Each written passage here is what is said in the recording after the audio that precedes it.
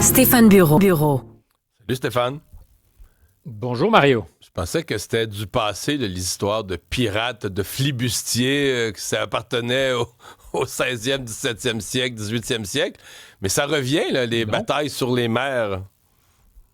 Ça revient, les batailles sur les mers. En fait, le premier chapitre dans, je dirais, l'hémisphère qui nous intéresse, c'est peut-être joué cette semaine avec l'arraisonnement du Skipper, ce pétrolier au large du Venezuela. On en parlait hier matin. C'est important d'abord parce que ça pourrait être considéré comme un acte de guerre. On verra au cours des prochains jours comment le Venezuela décide de la suite des choses ou comment ils décideront de riposter s'il y a une riposte aux États-Unis. Évidemment, ce ne sont pas des joueurs qui ont la même taille militairement parlant, mais dans l'histoire américaine, il faut quand même s'en rappeler, au sortir de l'indépendance, les Britanniques, qui avaient encore des velléités à imposer leur volonté aux Américains, ont imposé, c'est le cas de le dire, un quasi-blocus sur le commerce américain jusqu'à ce que les Américains décident de déclencher la guerre de 1812. Il y a un incident célèbre, le Chesapeake, un bateau américain qui avait été arraisonné par un bateau anglais. On avait tiré dessus, mais à plusieurs reprises, les bateaux militaires anglais avaient stoppé, arrêté des bateaux américains et c'était considéré, c'est d'ailleurs une des raisons pour lesquelles la guerre est déclenchée, comme des actes de guerre. Donc les Américains ne peuvent pas oublier que dans leur propre histoire à eux, il y a eu des circonstances où le fait de saisir un bateau était considéré comme un geste hostile. C'est assez basique. J'ajoute à ça qu'hier s'est mêlé de la conversation Vladimir Poutine, qui a appelé Nicolas Maduro pour voir que le Venezuela et la Russie ont de très bonnes relations, avec, tu le comprendras, de bonnes raisons. Il a condamné fermement ce geste, celui d'arraisonner un pétrolier. C'est dit aux côtés de M. Maduro. Ceci étant dit, je ne pense pas qu'il veuille faire déraper la conversation qu'il a présentement sur d'autres enjeux avec les Américains, mais c'est lié parce qu'il y a aussi une flotte fantôme russe.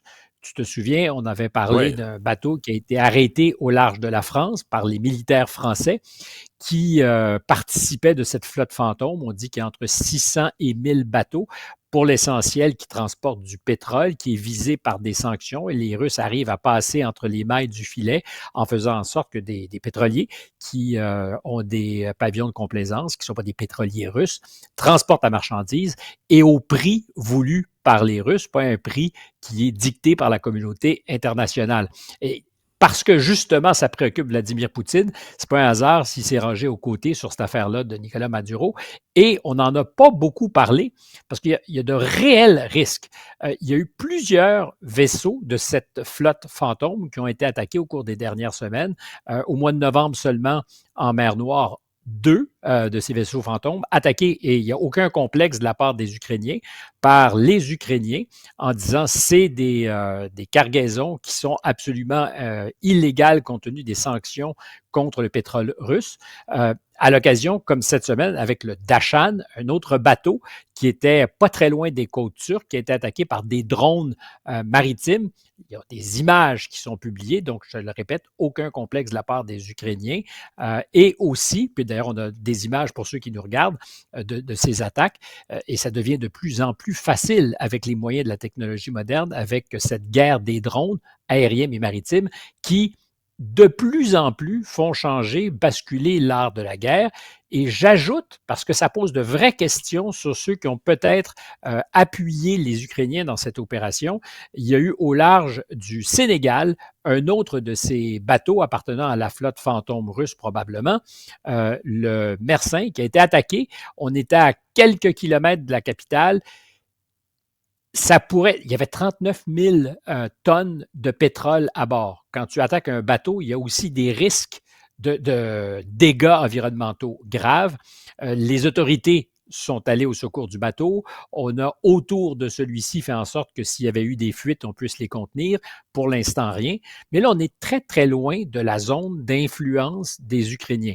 Donc, est-ce que d'autres puissances, amies des Ukrainiens, aurait été tenté de donner un coup de pouce logistique pour faire comprendre aux Russes, évidemment, qu'on les a à l'œil et qu'ils ne pourront pas impunément continuer à exporter leur pétrole qui est visé par des sanctions. Mais tout ça, ça met beaucoup de pays sur les dents Et quand tu as les Turcs qui disent perdre patience, je crois qu'il faut entendre le message parce que plusieurs des attaques en mer Noire se sont passées dans ce qu'on pourrait appeler la zone économique turque et le président turc, pour l'instant, maintient de bonnes relations avec Kiev et avec Moscou. C'est d'ailleurs là qu'il y a eu à quelques occasions des négociations de paix qui n'ont pas abouti, mais néanmoins, euh, c'est un baril, j'allais dire, de poudre, c'est un baril de pétrole sur Oui. lequel on est assis.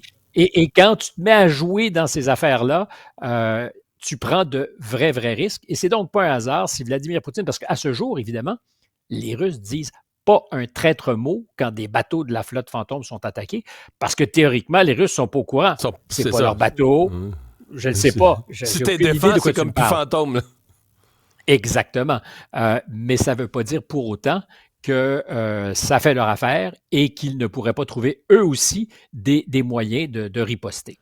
Stéphane, est-ce que les Ukrainiens, puisqu'on parle d'eux, est-ce que les Ukrainiens seront appelés aux urnes pour se choisir un nouveau gouvernement? Et où... Les urnes ukrainiens. ouais.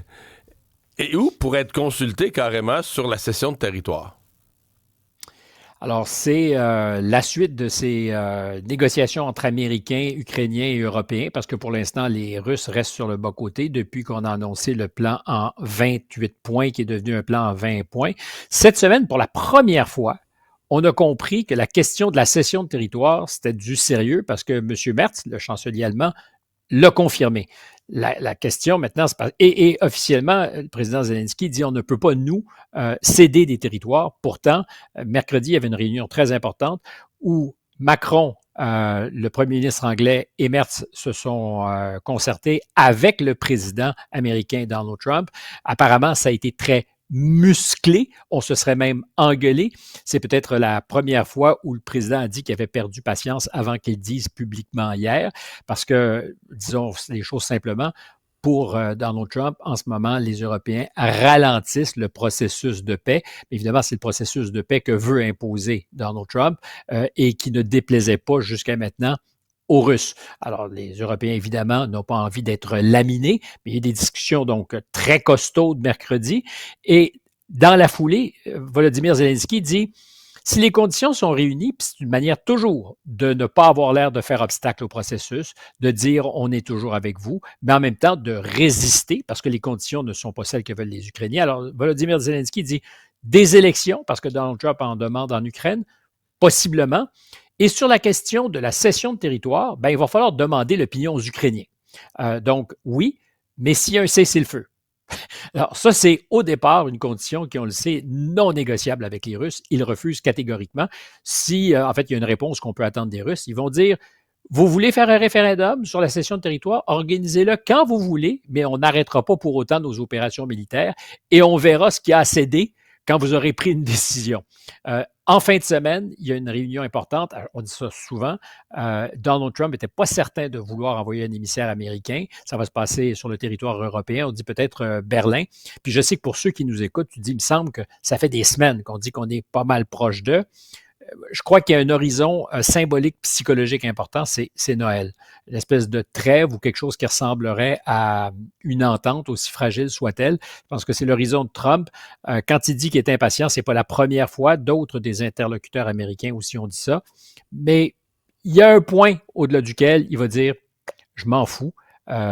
Vous vous arrangez avec vos problèmes en Europe et si je dois avoir, je l'ai souvent dit, des relations avec les Russes, j'aurai des relations avec les Russes. Donc, en fin de semaine, il y a cette réunion de concertation. Les Américains devraient y participer. Et ce qui semble être l'enjeu, dans le fond, je pense que les Ukrainiens ont du bout des lèvres concédé que ce qui est conquis par la Russie pourrait être concédé si ce n'est pas officiellement de facto l'accepter. Les Russes, ils disent, nous, on veut tout le Donbass, même ce qu'on n'a pas encore réussi à conquérir, et là où il y a des fortifications très importantes des Ukrainiens, et psychologiquement, militairement très importantes aussi.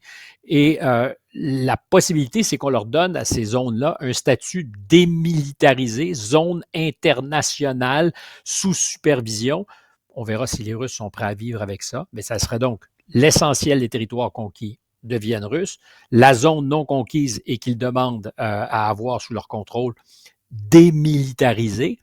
Mais l'indice, quant à moi, le plus probant, et je te laisse là-dessus, avant de te souhaiter joyeux Noël, l'indice le plus probant de ce que ça a bougé, c'est qu'on voit, appelons ça, les prédateurs de la reconstruction ukrainienne, de gros groupes financiers, BlackRock, Larry Fink en particulier, on le voit dans Bloomberg, et quand Larry Fink est un démocrate, disons les choses, c'est pas un ami publiquement de Donald Trump, même s'il a fait ses contributions obligées pour la grande salle de bal, mais quand tu vois ces grands groupes internationaux riches qui soudainement ont un petit peu d'écume aux lèvres parce qu'ils sentent qu'il y a quelque chose d'appétissant qui se dessine à l'horizon. On parle de reconstruire l'Ukraine. C'est probablement parce qu'il y a des gens bien placés qui pensent qu'on en est bientôt rendu là. Donc, je te laisse là-dessus en te disant bonnes vacances, car je crois que c'est aujourd'hui que ça commence. Merci pour cette belle saison d'automne qui ressemble à l'hiver. Automne qui ressemble à l'hiver, oui, je retourne dans la neige avec vous la semaine prochaine. Ah, OK, tu vas voir. Ben, ça a l'air que la semaine prochaine, il va faire moins froid. Mais nous, on est déjà en hiver. Stéphane, donc merci pour tout. Joyeuses fêtes. Et puis, on se retrouve le 5 janvier. À l'année prochaine.